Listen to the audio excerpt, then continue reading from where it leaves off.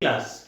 In your previous class of chemistry of class 12, we were learning about the colligative properties. Okay, the property which only depends on the number of the solute particles present in that solution is known as a colligative property. And in the previous class, we have discussed about the lowering in the vapor pressure and elevation in boiling point. Okay, and today we have to learn about the two more properties. First is the depression of freezing point, and another topic is osmotic pressure. Okay. So now we are going to discuss about the depression of freezing point. Okay.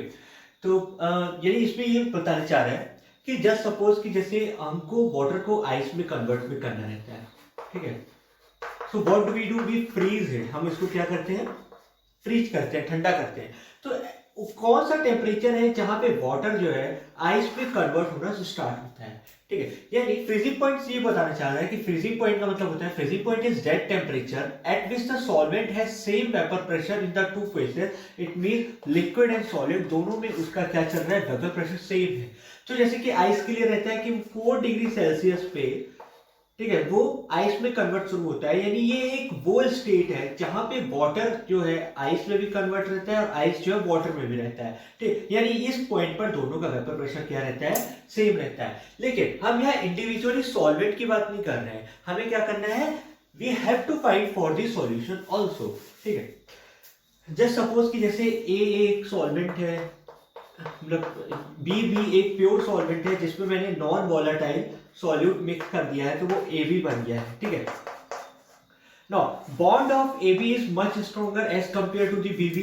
मतलब pure state से देखा जाए तो solvent का जो bond है वो ज्यादा स्ट्रॉन्ग है, ठीक है. यानी वेपर प्रेशर इसमें क्या हो जाता है, लो हो जाता है. ये हमने लास्ट क्लास में स्टडी किया, ठीक है. वेपर प्रेशर लो होने की वजह से क्या है कि अब जो इसकी फ्रीजिंग पॉइंट है वो और लो हो जाता है. यानी जिस टेम्परेचर पे इसको फ्रीज होना था, ठीक है, जस्ट सपोज कि इसका प्योर फ्रीजिंग पॉइंट जो है टी एफ नॉट है, ठीक है. तो सॉल्यूशन का वेपर प्रेशर, सॉल्यूशन का जो फ्रीजिंग पॉइंट रहेगा वो चेंज हो जाएगा, ठीक है. तो इसका मान लीजिए ये टी एफ है, फ्रीजिंग पॉइंट क्या है इसका, टी एफ है. क्योंकि जैसे कि वाटर के लिए यदि एग्जिस्ट करें तो 4 डिग्री सेल्सियस पे वाटर का फ्रीजिंग पॉइंट है एंड वी नो दैट कि एट 0 डिग्री सेल्सियस ये आइस में कन्वर्ट हो जाता है. तो चलिए हम इसको बोल सकते हैं कि ये हमारा फ्रीजिंग पॉइंट है. ये क्या है, हमारा फ्रीजिंग पॉइंट है. पर अब इसको उस लेवल में लाने के लिए, यानी इसका वेपर प्रेशर मैच कराने के लिए हमारा फ्रीजिंग पॉइंट लो हो जाता है. इट मींस क्या, हमारा फ्रीजिंग पॉइंट हो गया -3 डिग्री सेल्सियस जस्ट, ठीक है, ठीक है. तो इसमें इसका मतलब ये बोलना चाह रहे हैं कि बीबी का जो बॉन्ड था वो जो प्योर सॉल्वेंट का जो फ्रीजिंग पॉइंट था वो 0 डिग्री सेल्सियस था. जब हम प्योर सॉल्वेंट में कोई नॉन वोलेटाइल सॉल्यूट ऐड कर देते हैं तो हमारा फ्रीजिंग पॉइंट ऑटोमेटिकली डिक्रीज हो जाता है. अब हमें इसके वेपर प्रेशर से मैच कराने के लिए हमारा फ्रीजिंग पॉइंट -3 डिग्री सेल्सियस तक पहुंच गया, ठीक है. तो that is it is known as a depression in freezing point. Depression यानी कम होना, डाउन पोजीशन में आ जाना. सो how we can study that? So change in freezing point या depression in freezing point is denoted by delta TF, that is equal to TF naught minus TF, ठीक है. क्योंकि ये तो हमारी पॉजिटिव वैल्यू आनी चाहिए, तो हमारा TF नॉट जो रहता है वो बड़ा है एंड TF क्या है, स्मॉल है, because 0 degree Celsius is greater than -3 degree Celsius. So the freezing point of pure solvent is greater than the freezing point of the solution. So you must remember this point. Now experimentally it was found that the depression in freezing point is directly proportional to molality of the solution. What it is? Depression in freezing point is directly proportional to the molality of solution. As per the mathematics rule, removing the proportionality sign, we have to add any constant, multiply any constant, that is kf, and kf का मतलब होता है molar freezing point, ठीक है, molar freezing point और कायरोस्कोपिक constant, कायरोस्कोपिक constant के नाम से भी हम जानते हैं. ओके. सो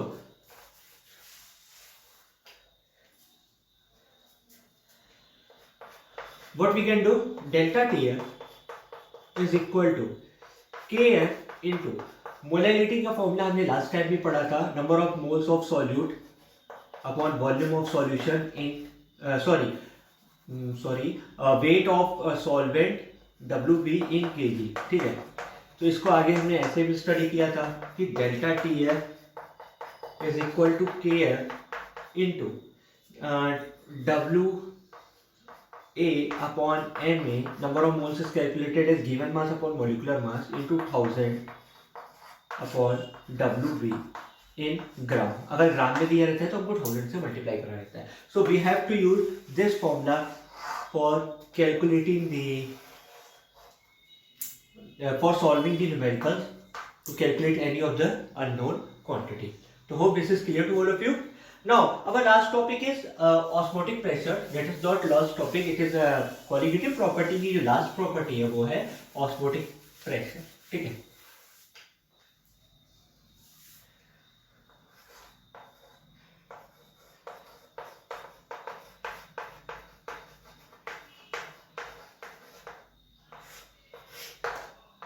ऑस्मोटिक प्रेशर. ठीक है. ऑस्मोटिक प्रेशर का मीन्स है, हम इसमें हम लोग को पहले एक प्रोसेस का नाम पढ़ना होगा जो कि ऑस्मोसिस जिसको हम बोलते हैं. ऑस्मोसिस के बारे में हमें पहले पढ़ना होगा. जैसे कि जस्ट सपोज कि एक सॉल्यूशन है हमारे पास. ठीक है. एक यहाँ सॉल्यूशन एंड ऐसे हमने इसको ज्वाइन करा के एक सॉल्वेंट से सेपरेट कर दिया. ठीक है. यहाँ क्या, यहाँ पे एक कुछ वॉल है. जैसे कि ये सॉल्यूशन है. सॉल्यूशन है यानी ये सॉल्वेंट प्लस सॉल्यूट है, सॉल्यूशन, एंड ये हमारा प्योर सॉल्वेंट है. ये क्या है हमारा प्योर सॉल्वेंट है. ठीक है. वंस अगेन ये प्योर सॉल्वेंट है. ये जो बीच में हम लगाते हैं, ठीक है, इसको हम सेमी परमिएबल मेम्ब्रेन बोलते हैं. क्या बोलते हैं? Semi permeable membrane. इसका मतलब ये होता है कि जैसे सेमी परमिएबल मेम्ब्रेन. ठीक है. इसका मतलब होता है कि जैसे आप लोग प्याज जब हम लोग छीलते हैं तो उसमें एक ट्रांसपेरेंट लेयर निकलता है. ठीक है. उसको आप यूज कर सकते हो, या एनिमल बाल ग्लाइडर होता है उसको हम यूज करते हैं. इसमें इसका मतलब ये होता है कि इसके पोर्स इतने छोटे होते हैं कि ये सिर्फ सॉल्वेंट मॉलिक्यूल्स को अलाउ करते हैं फ्लो करना, सॉल्यूट मॉलिक्यूल्स को अलाउ नहीं करते फ्लो करना. जैसे यहाँ पे सॉल्यूशन में सॉल्यूट प्लस सॉल्वेंट है एंड यहाँ पे प्योर सॉल्वेंट है. ठीक है. तो इसका मतलब ये रहेगा, ऑस्मोसिस का मतलब है कि इस सेमी परमिएबल मेम्ब्रेन के थ्रू सॉल्वेंट मॉलिक्यूल्स यहाँ अपने ओरिजिनल पार्ट से सॉल्यूशन की तरफ मूव आउट करता है. ठीक है. तो ऑस्मोसिस का डेफिनेशन है कि the movement of the solvent molecules from the lower concentration to the higher concentration is known as osmosis. ठीक है. इसमें किसके through solvent molecules pass out होता है? सेमी परमिएबल मेम्ब्रेन के थ्रू पास आउट होता है. ठीक है. तो सेमी परमिएबल मेम्ब्रेन क्या करता है कि सिर्फ सॉल्वेंट मॉलिक्यूल्स को अलाउ करता है फ्लो आउट करना, सॉल्यूट को नहीं करता है. क्यों? क्योंकि इसके जो छोटे छोटे पोर्स रहते हैं वो सॉल्वेंट मॉलिक्यूल के साइज से बड़े हैं, बट सॉल्यूट मॉलिक्यूल्स के साइज से क्या है? छोटे हैं. तो यहाँ पे जो मेरा सॉल्वेंट है ये लोअर कंसंट्रेशन में है एंड जो सॉल्यूशन है वो हायर कंसंट्रेशन में है. अब हमने ये स्टडी किया हुआ है कि जब भी हम किसी प्योर सॉल्वेंट में, ये याद रखिएगा कि यहाँ पे जो सॉल्वेंट है वो सॉल्वेंट यहाँ पे भी है, सॉल्वेंट का मीडियम सेम है. हमने पढ़ा है कि जब भी हम किसी सॉल्वेंट में कोई नॉन वोलेटाइल सॉल्यूट को मिक्स कर देते हैं तो ऑटोमेटिकली हमारा वेपर प्रेशर क्या हो जाता है? डिक्रीज हो जाता है. यानी यहाँ पे जो वेपर प्रेशर रहेगा P नॉट और यहाँ पे जो प्रेशर रहेगा, ये वाला जो प्रेशर है ये इससे कम रहेगा. ठीक है. प्रेशर डिफरेंस होने की वजह से क्या होता है, यहाँ से सॉल्वेंट मॉलिक्यूल्स यहाँ पे फ्लो करना शुरू कर देता है और तब तक फ्लो करता है जब तक दोनों का प्रेशर इक्वल ना हो, यानी इक्विलिब्रियम जब तक अचीव ना कर ले. इस वजह से क्या होता है, सॉल्वेंट मॉलिक्यूल्स हमारा इस लेवल से इस लेवल की तरफ फ्लो करता है due to pressure difference. So once again let us reminded कि अगर हमारे पास एक बीकर में यहाँ पे बीच में सेमी परमिएबल मेम्ब्रेन प्रेजेंट है, यहाँ सॉल्वेंट है. ठीक है. यहाँ सॉल्यूशन है. हम जानते हैं कि सॉल्यूशन का जो वेपर प्रेशर रहता है वो सॉल्वेंट के वेपर प्रेशर से कम रहता है. ठीक है. तो due to pressure difference the solvent molecules flows from this part to this part. ठीक है. यहाँ तक फ्लो करना शुरू कर देता है और तब तक फ्लो करता है जब तक यहाँ का दोनों का प्रेशर डिफरेंस मेंटेन ना हो जाए. इस प्रोसेस को हम क्या बोलते हैं? ऑस्मोसिस बोलते हैं. तो इस ऑस्मोसिस को रोकने के लिए हम क्या कर सकते हैं, हमको यहाँ से एक्सटर्नल प्रेशर अप्लाई करना होगा. उतना प्रेशर अप्लाई करना है जहां तक कि ये P नॉट और P इक्वल ना हो जाए. ठीक है. यानी कि अभी प्रेशर डिफरेंस होने की वजह से ये फ्लो आउट कर रहा है। अगर बाहर से मैं एक्सटर्नल प्रेशर लगा दूं, ठीक है, जिसको जैसे बाहर से एक्सटर्नल प्रेशर ये पी तो इसमें ऑलरेडी है और पी एटीएम लगा दूं, ठीक है, तब तक प्रेशर लगाऊं जब तक ये प्रेशर और ये प्रेशर मिलके इस प्रेशर के बराबर ना हो जाए। P ATM plus P is equal to P nought के बराबर ना हो जाए। जैसे ही ये दो यहाँ का जो प्रेशर है इस सॉल्वेंट के प्रेशर से मैच करेगा, उसी वक्त ऑस्मोसिस मेरा स्टॉप हो जाएगा, ठीक है। Due to pressure difference only, the solvent molecule flows from the lower concentration to the higher concentration. This process can be stopped by applying the excess of pressure on the solution part, so that the pressure of solution and the pressure of the solvent gets matched or fixed at the equilibrium, and at that time the osmosis is stopped. जो external pressure हम लगा रहे हैं इसको हम बोलते हैं osmotic pressure. Osmotic pressure क्या करता है कि कितना प्रेशर हम लगाएं कि हमारा ऑस्मोसिस प्रोसेस जो चल रहा है वो रुक जाए, तो उसको हम क्या बोलते हैं, ऑस्मोटिक प्रेशर हम कहते हैं, ठीक है। So in chemistry we denote the osmotic pressure by pi symbol, ठीक है। ऑस्मोटिक प्रेशर को किससे डिनोट किया जाता है, पाई सिंबल से डिनोट किया जाता है। तो एक बार फिर से पढ़ते हैं, ऑस्मोटिक प्रेशर क्या होता है, कितना एक्सटर्नल प्रेशर लगाएं कि वो सॉल्वेंट के प्रेशर के साथ मिल सॉल्यूशन के प्रेशर के साथ मिल करके सॉल्वेंट के प्रेशर के बराबर हो जाए, उसको हम क्या बोलते हैं, ऑस्मोटिक प्रेशर। ऑस्मोसिस को रोकने के लिए कितना प्रेशर अलग से लगाना पड़ेगा। So experimentally it has been found that osmotic pressure is directly proportional to molarity. अब यहाँ पे हम मोलैरिटी को एम से नहीं डिनोट करके सी से डिनोट कर रहे हैं। सी को आप कंसंट्रेशन या फिर मोलैरिटी भी बोल सकते हैं, ठीक है। So as per the mathematics rule removing this, so C R T हम लोग लिखते हैं। क्यों, हमारी जो मोलैरिटी होती है वो टेम्परेचर के ऊपर डिपेंडेंट रहती है, एंड आर हमारा गैस कांस्टेंट है एंड टी ये है। So molarity is equal to the number of moles of solute in per liter of the solution. So Na upon volume of solution into RT और WA upon Ma, ये volume of solution in liter है, तो volume of solution into volume of solution in liter into RT। अब यहाँ पे भी हम देखें तो जो हमारा ऑस्मोटिक प्रेशर है वो किस पे डिपेंडेंट है, नंबर ऑफ सॉल्यूट पार्टिकल्स के ऊपर डिपेंडेंट है, कितना आपका सॉल्यूट पार्टिकल्स है, plus osmotic pressure is also an colligative property. So osmosis आपके लिए बहुत इंपॉर्टेंट टॉपिक है, ये एग्जाम में बेसिकली डेफिनेशंस के बेसिस पे पूछा जाता है, इससे और भी क्वेश्चंस आते हैं, ठीक है। तो ऑस्मोसिस का, ऑस्मोटिक प्रेशर का आपने डेफिनेशन पढ़ लिया, इनका कॉन्सेप्ट समझा, एंड फॉर्मूला क्या आपने पढ़ा, WA upon MA volume of solution in litre. यदि ml में दिया जाएगा तो आपको ऊपर 1000 से मल्टीप्लाई करवाना पड़ेगा, ये याद रखिएगा, ठीक है। Hope this is clear to all of you. अब ऑस्मोटिक प्रेशर को और पढ़ने के लिए एक चीज थोड़ा सा डिस्कस कर लेते हैं जो मैं आपको बताना भूल गया। डिप्रेशन इन फ्रीजिंग पॉइंट में एक पॉइंट आता है एंटी फ्रीज सॉल्यूशन, इसको थोड़ा नोट डाउन कर लीजिएगा, बहुत इंपॉर्टेंट टॉपिक है anti freeze solution. Anti freeze solution का मतलब ये होता है कि यूजुअली हिल स्टेशंस में क्या होता है कि जो कार वगैरह हम चलाते हैं उसका जो रेडिएटर होता है उसमें पानी डाला रहता है, वो पानी क्या होता है जल्दी बर्फ में कन्वर्ट हो जाता है, ठीक है। जैसे ही 0 डिग्री सेल्सियस पे पहुंचा, जैसे हिल स्टेशन में टेम्परेचर जैसे ही 0 डिग्री सेल्सियस पे पहुंचा तो वहां पे जो रेडिएटर के अंदर वाटर अवेलेबल है वो आइस में कन्वर्ट हो जाता है, जिसकी वजह से हमारी कार खराब हो जाती है। तो हम क्या कर सकते हैं, उसका फ्रीजिंग पॉइंट लो कर सकते हैं, यानी कि जब वहां पे हमारा ओरिजिनल वाटर 0 डिग्री सेल्सियस पे फ्रीज हो रहा था, अगर मैं कुछ ऐसा करूं कि अब वो -10 डिग्री सेल्सियस पे फ्रीज हो तो कार की लाइफ में भी बढ़ जाएगी, ठीक है। तो यूजुअली हिल स्टेशन में वाटर में इथाइलिन ग्लाइकोल को ऐड किया जाता है। क्या ऐड किया जाता है, इथाइलिन ग्लाइकोल को। इससे क्या होता है कि प्योर वाटर का फ्रीजिंग पॉइंट जो है लो हो जाता है, यानी जो वाटर अब 0 डिग्री सेल्सियस पे फ्रीज हो रहा था वो -10 डिग्री सेल्सियस पे होगा, तो इसकी वजह से मेरी कार की लाइफ क्या हो जाती है, बढ़ जाती है। तो एंटी फ्रीज सॉल्यूशन हम इथाइलिन ग्लाइकोल को बोलते हैं, ठीक है। तो ऐसे सॉल्यूशन जिसको ऐड करने से पानी का फ्रीजिंग पॉइंट ऑटोमेटिकली लो हो जाए और जिससे मेरी कार की लाइफ इंक्रीज हो जाए तो उसको हम क्या बोलते हैं, एंटी फ्रीज सॉल्यूशन। ये एग्जाम में पूछा जाता है कई बार आपसे 1 मार्क्स में भी कि एंटी फ्रीज सॉल्यूशन क्या होता है, तो आपको बताना पड़ेगा इथाइलिन ग्लाइकोल होता है। नाउ ऑस्मोटिक प्रेशर में हमारे पास 3 प्रकार के सॉल्यूशन होते हैं, एक होता है आइसोटोनिक सॉल्यूशन,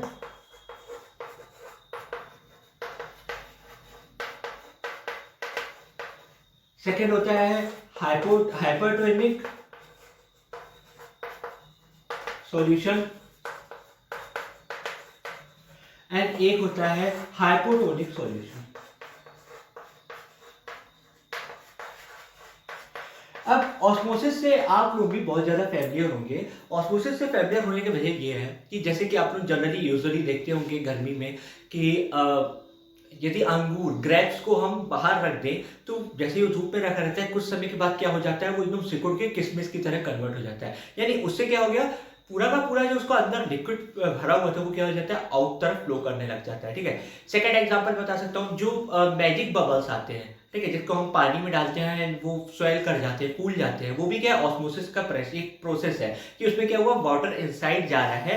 कहां से जा रहा है water, lower concentration to higher concentration की तरफ मूव कर रहा है। तो उसी के बेसिस पे ये बहुत सारे सॉल्यूशंस आते हैं। आइसोटोनिक सॉल्यूशन उसको बोलते हैं ऐसे दो सॉल्यूशन जिनका ऑस्मोटिक प्रेशर बिल्कुल सेम है, कोई डिफरेंस नहीं है। इट मीन वहां पे ना कोई फ्लो इन करेगा ना कोई फ्लो आउट करेगा। ठीक है, हाइपोटोनिक सॉल्यूशन वो कहलाता है जिनका प्योर सॉल्वेंट के कंपैरिजन में ज्यादा कंसंट्रेशन है, यानी ये हायर कंसंट्रेशन पे है और हमारा प्योर सॉल्वेंट जो रहेगा वो लोअर कंसंट्रेशन पे रहेगा। एंड हाइपोटोनिक सॉल्यूशन का मतलब होता है कि हमारा जो सॉल्यूशन हमने प्रिपेयर किया है उसका कंसंट्रेशन लोअर है as compare to the solvent, as compare to the solvent. क्योंकि कभी कभी ऐसा हो जाता है, जैसे हमने नॉन आइडियल सॉल्यूशंस पढ़े थे, तो नॉन आइडियल सॉल्यूशंस में दो थे, एक पॉजिटिव डेविएशन और एक नेगेटिव डेविएशन। तो नेगेटिव डेविएशन वाला जो रहता है वो हाइपरटोनिक एंड पॉजिटिव डेविएशन वाला हाइपोटोनिक। इट मींस यहाँ पे वेपर प्रेशर कम हो रहा है इसीलिए ये हायर कॉन्सेंट्रेशन है और सॉल्वेंट हमारा लोअर कॉन्सेंट्रेशन है। यहाँ वेपर प्रेशर बढ़ जा रहा है, इट मींस सॉल्वेंट हमारा हायर कॉन्सेंट्रेशन हो गया और ये लोअर कॉन्सेंट्रेशन कहलाता है। इसके एग्जांपल्स हम स्टडी करते हैं। जैसे कि मैंने आपसे कहा कि मैजिक बॉल्स जो आते हैं उसको जैसे हम पानी में डालते हैं तो ये स्वेल कर जाता है, यानी मेरा सॉल्वेंट कहां से कहां फ्लो कर रहा है, lower concentration to higher concentration की तरफ मूव कर रहा है। तो वो ये किसका एग्जांपल हो गया, हाइपरटोनिक सॉल्यूशन, जिसका मैं आपको आंसर नोट्स में प्रोवाइड कर रहा हूँ। एंड हाइपोटोनिक सॉल्यूशन का मतलब हो गया कि जैसे आपने ग्रेप्स को जब बाहर रखा, ठीक है, तो ग्रेप्स से वाटर क्या हो जाता है, बाहर की तरफ फ्लो कर रहा है, यानी सॉल्वेंट मॉलिक्यूल्स कहां से कहां फ्लो करता है, lower concentration to the higher concentration. इसको याद रखिएगा, सॉल्वेंट कहां से कहां फ्लो करेगा, lower concentration to higher concentration, हमेशा यहीं से यहां तक ही फ्लो करता है सॉल्वेंट। तो यहाँ पे इसका जो बाहर का लिक्विड फ्लो कर रहा है, क्योंकि ये खुद एक तरीके से सेमी परमेबल मेम्ब्रेन की तरह एक्ट करता है। ग्रेप्स का जो आउटर लेयर होता है वो सेमी परमेबल की तरह एक्ट करता है, यानी जो केवल सॉल्वेंट मॉलिक्यूल्स को अलाउ करेगा फ्लो करना, सॉल्यूट को नहीं करेगा। तो यदि लिक्विड यहां से फ्लो हो रहा है तो लोअर कॉन्सेंट्रेशन इसके अंदर है और बाहर क्या है, हायर कॉन्सेंट्रेशन है। तो जब भी आप ऐसे किसी को मिलाओ जहां पे ये खुद लोअर कॉन्सेंट्रेशन हो और यहां आपका हायर कॉन्सेंट्रेशन हो, तो इसको हम क्या बोलते हैं, हाइपोटोनिक सॉल्यूशंस कहते हैं। तो hope this three solutions are clear to all of you. आपके एमपी बोर्ड में एक टॉपिक आता है कि हाउ कैसे ऑस्मोटिक प्रेशर को मेजर किया गया। तो इसके लिए एक मेथड है, हार्टले बार्कले मेथड है, जिसको हम नेक्स्ट क्लास में स्टडी करेंगे क्योंकि ये इंपॉर्टेंट है, लास्ट ईयर से पूछा भी गया था। So we will learn about that and also we will learn about the reverse osmosis and the experimental method for the measurement of the osmotic pressure in our next class. And also one more normal topic is remaining, that is abnormal molar mass. We will learn that in our next class. So in the next class hopefully this chapter will be over. Reverse osmosis का मतलब होता है कि जब हम osmosis को उल्टा कर दें, अभी solvent lower to higher concentration flow कर रहा था, दूसरे टाइम पे सॉल्वेंट कहां से कहां फ्लो करने लग जाए, हायर टू लोअर में फ्लो करने लग जाए, उसको हम रिवर्स ऑस्मोसिस कहते हैं। इसके मैथमेटिकल, इसका जो एक्सपेरिमेंटल मेथड है वो बहुत ईजी है, कोई ज्यादा कठिन नहीं है। एंड एब्नॉर्मल मोलर मास को भी हम स्टडी करेंगे। So hope class this is to clear to all of you for today topics about the depression increasing point and osmotic pressure. So it is very important, learn it, and I am also providing you the hard copy regarding the notes also. Take care all of you.